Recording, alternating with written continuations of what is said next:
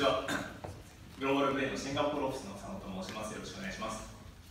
皆さんは、Facebook のアカウントを持っている人が銀行口座を持っている人よりも多い国があるという現状、東南アジアの現状をご存知ですでしょうか。フィリピンは実はその国の一つなんですけれども、なんと 80% の人が、銀行口座を持っていません。なので、銀行口座、金融サービスが届けられてないですね。そういった現状を変えるべく、米国で起業家または投資家として大成功を収めていた CEO のローンは東南アジアに移住してきまして、そういった人たちにサービスを提供すべく日々精進しております。我々は東南アジアで過去5年以上のベンチャーを見てきた経験から彼らのブロックチェーンを使った非常にユニークなアプローチのサービスに注目しまして今年出資をさせていただきました。彼らの熱い思いをぜひお聞きいただければと思います。Please welcome Ron Jose from Coins.ph.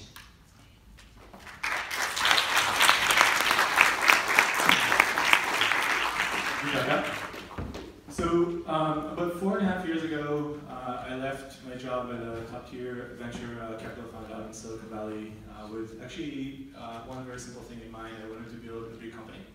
And I wanted to do something that actually has positive impact on people's lives, so not just improve Amazon deliveries to make people a bit faster. I ended up moving to Southeast Asia, basically with a very broad outlook that the economies are growing very fast. But at the same time, a lot of people still lack access to very basic services like healthcare, education, finance, commerce. But everybody is going to have a smartphone.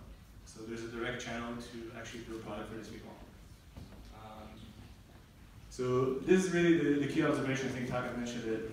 Actually, more people have access to Facebook accounts, have Facebook accounts and bank accounts, point blank, and less than 5% of the population in the Philippines has a credit card. If you look across Southeast Asia, it actually looks very similar. And in most other emerging markets, the same kind of pattern repeats itself. The challenge is actually very simple. Traditional banking doesn't fit well into an emerging market. A retail bank needs to have branches, tellers, armored trucks. All that costs a lot of money, and in contrast, you're dealing with customers that have a fairly low savings rate, meaning every time they walk into the branch, the bank is actually losing money. As a result, they end up turning down most of the customers. So what's different now? Actually, a few very simple things. So one, mobile penetration gives us a direct channel to connect with people. On the tech side, technology like blockchain allows us to actually transact while reducing our reliance on the existing banking infrastructure. And on the regulatory side, companies like Uber and Grab have actually paved the grounds for regulatory innovation. So we have a very simple market thesis, which is financial services are going to become simplified. And focus is going to shift from infrastructure to actually the application layer. So power is going to move to consumers. This is exactly the same thing that happened in the telco industry right away.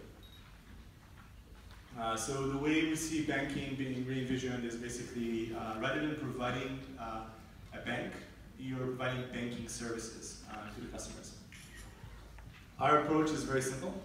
We deliver baseline financial services to our customers using mobile devices. It takes 30 seconds to open an account.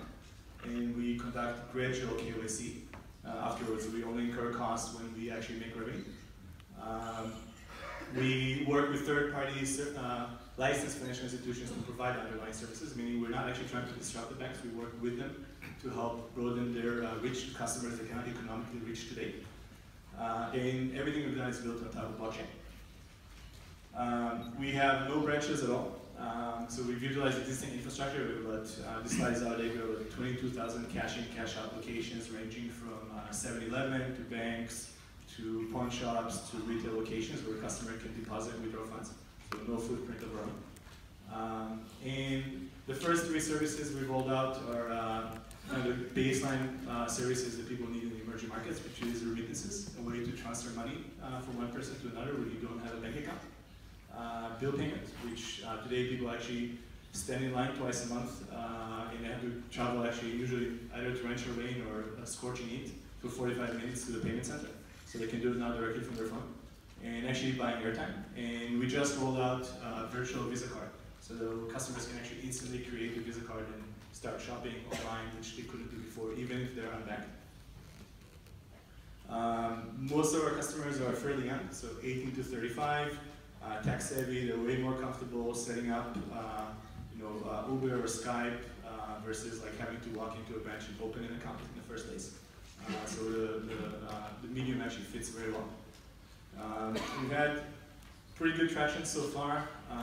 We're over half a million customers in the Philippines alone. We recently expanded to Thailand, and our transaction count has been tracking along very well with our growth. The revenue model is very simple, works very similar to other financial services, transaction fees, and forex on cross-border remittances. So fairly high operating margin as we scale up. We just recently raised our Series A, and we came into that already with a strong user base and kind of broad access to a broad set of financial services we're offering already to our customers. We did that on a relatively small amount of money. So prior to the Series A, we only raised $2 million.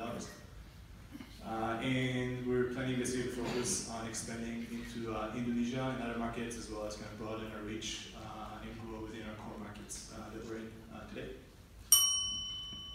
I think this is about it. We have a great team together.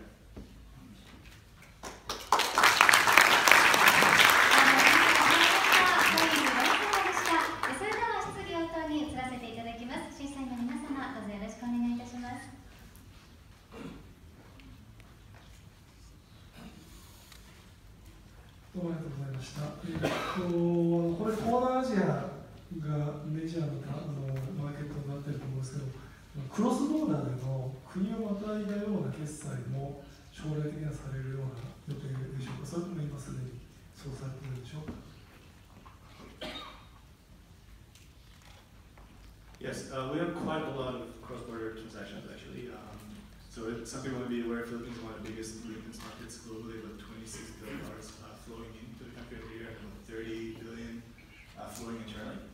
One of the nice things about using blockchain as a technology is that we can actually integrate to partner with partners in almost every country. So we have people remitting from the Middle East, from North America. We have actually a large portion of the Korean market that's remitting into the Philippines. And this is done both direct with consumers and also with partners that are using blockchain to sell with us. Thank you.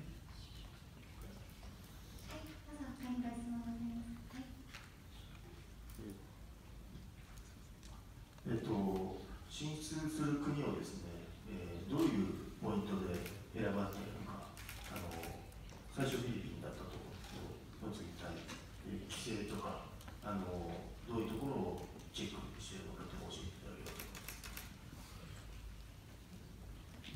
す。Actually, the biggest thing is pain point, right? The thing that kind of facilitated our growth in the Philippines is the fact that doing almost anything right now with the financial system is very painful and very expensive. So actually, the poorer you are, the more you pay in fees.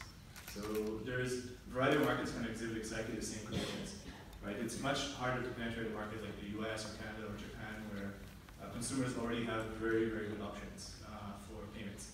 So even if you provide them with better technology, the step up is just not high enough. But when you're dealing with a market where consumers don't have any options, where they're paying, in Philippines people pay an average of 6 to 8% to send their money back home, right? So that's about a month a year that they're working for the Western Union instead of actually sending that money to their family. So that's a very big impetus for somebody to try a new product, to try a new technology and experiment, and that's actually helping our growth. So there are a lot of other markets that look the same.